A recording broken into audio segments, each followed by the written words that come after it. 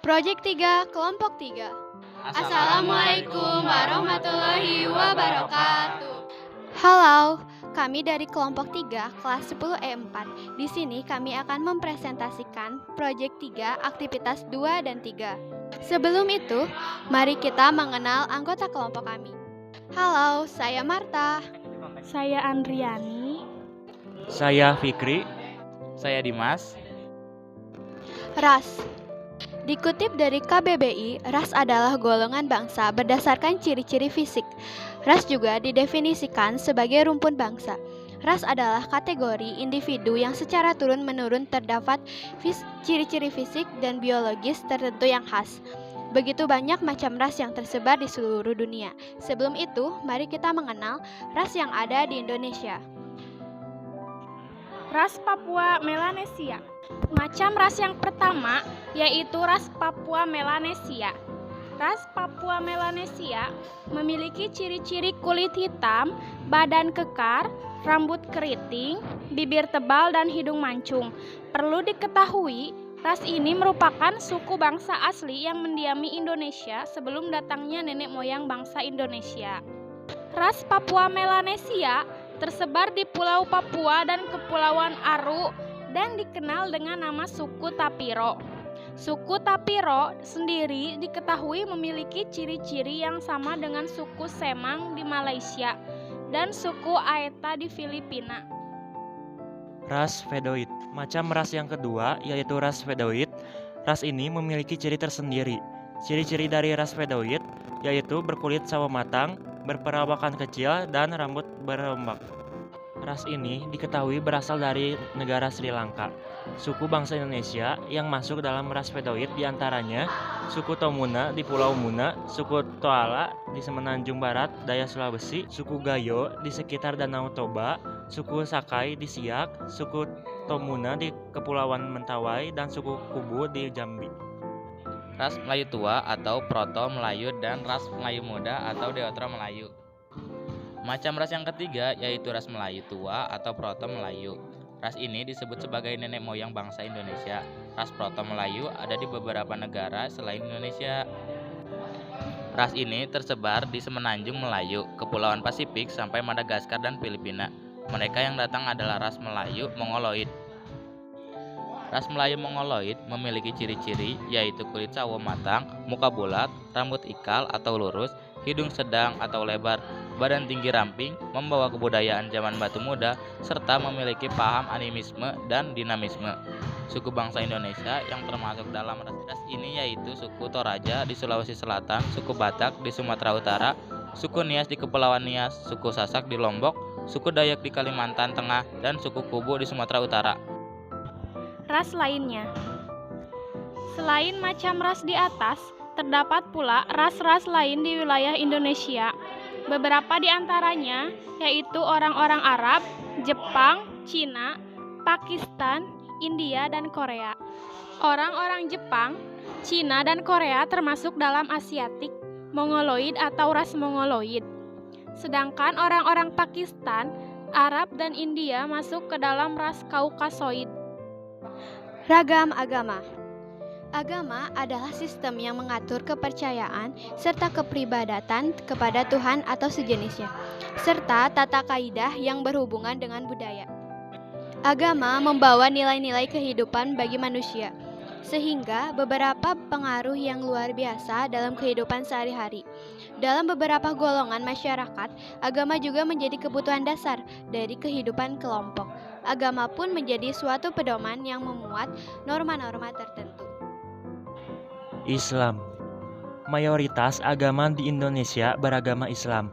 Berdasarkan perhitungan, pemeluk agama Islam berjumlah 87,2% atau lebih dari 207 juta orang. Hari besar agama Islam adalah Idul Fitri dan Idul Adha, sedangkan tempat ibadahnya merupakan masjid, kitab sucinya bernama Al-Quran. Kristen Protestan. Protestan muncul setelah proses Martin Luther pada tahun 1517. Di Indonesia sendiri, pemeluk agama Protestan ada sebanyak 6,9% dengan kitab suci bernama Alkitab atau Injil. Katolik. Katolik merupakan salah satu agama di Indonesia yang denominasi dalam agama Kristen. Agama ini muncul di Indonesia saat bangsa Portugis sampai di Kepulauan Maluku. Orang Maluku pun menjadi orang beragama Katolik pertama di Indonesia. Hari besar agama di Indonesia ini adalah Natal atau kelahiran Yesus Kristus. Hindu. Agama Hindu saat ini memiliki jumlah 1,7% dengan Pulau Bali sebagai pemilik penganut agama Hindu terbesar di Indonesia. Agama Hindu selalu melakukan persembahyangan di pura. Penganut agama Hindu memiliki kitab suci bernama Weda. Untuk hari raya umat Hindu adalah Nyepi, Kuningan, dan Galungan. Buddha. Kitab suci agama Buddha adalah Tripitaka. Agama Buddha awalnya berasal dari India dan menjadi salah satu agama tertua di dunia serta Indonesia. Saat ini, jumlah pemeluk agama Buddha di Indonesia mencapai 0,7%. Para penganut Buddha selalu bersembahyang ke vihara saat perayaan upacara keagamaan, seperti Waisak. Konghucu. Urutan agama di Indonesia yang terakhir adalah Konghucu.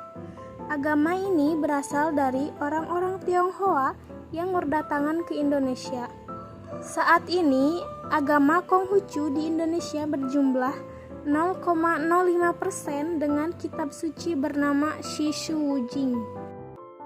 Suku. Menurut KBBI, suku diartikan sebagai golongan bangsa sebagai bagian dari bangsa yang besar. Sementara, suku bangsa adalah kesatuan sosial yang dapat dibedakan dari kesatuan sosial lain berdasarkan kesadaran identitas, perbedaan budaya, dan khususnya bahasa. 3 contoh suku etnis di Indonesia. Sunda. Daerah cakupan suku Sunda adalah wilayah administrasi Provinsi Jawa Barat, Banten, Jakarta, dan Banyumasan.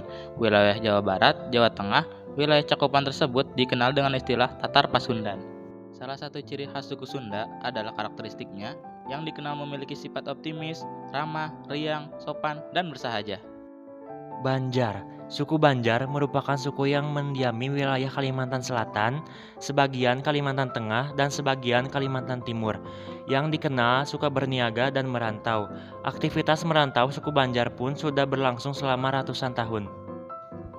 Batak. Suku Batak termasuk dalam salah satu suku bangsa di Indonesia dengan populasi yang banyak dan terbesar di banyak wilayah dan berasal dari Sumatera Utara. Orang Batak identik dengan karakternya yang keras atau tegas yang didukung dengan ciri khas nada tinggi saat berbicara. Tujuan riset ini ditujukan bukan untuk membanding-bandingkan, tetapi untuk melihat hal baik dari perbedaan itu sendiri. Seperti yang sudah dijabarkan di awal, begitu banyak perbedaan dalam bentuk fisik, agama, dan etnis. Seperti hal agama di Indonesia, walau memiliki kepercayaan yang berbeda-beda, tapi memiliki persamaan dalam memandang perbuatan buruk dan baik yang dijadikan pedoman hidup. Dalam mempelajari perbedaan dalam bentuk fisik dan etnis, kita bisa belajar untuk saling memahami karakteristik orang yang berbeda-beda dengan mempelajari dasarnya. Banyaknya perbedaan tidak menjadi penghalang bagi kita bisa bersatu.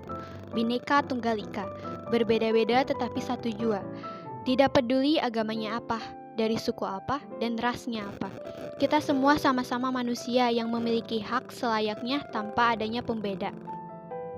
Terima kasih atas perhatiannya. Mohon maaf bila ada salah kata. Wabillahi taufiq wal hidayah. Wassalamualaikum warahmatullahi wabarakatuh.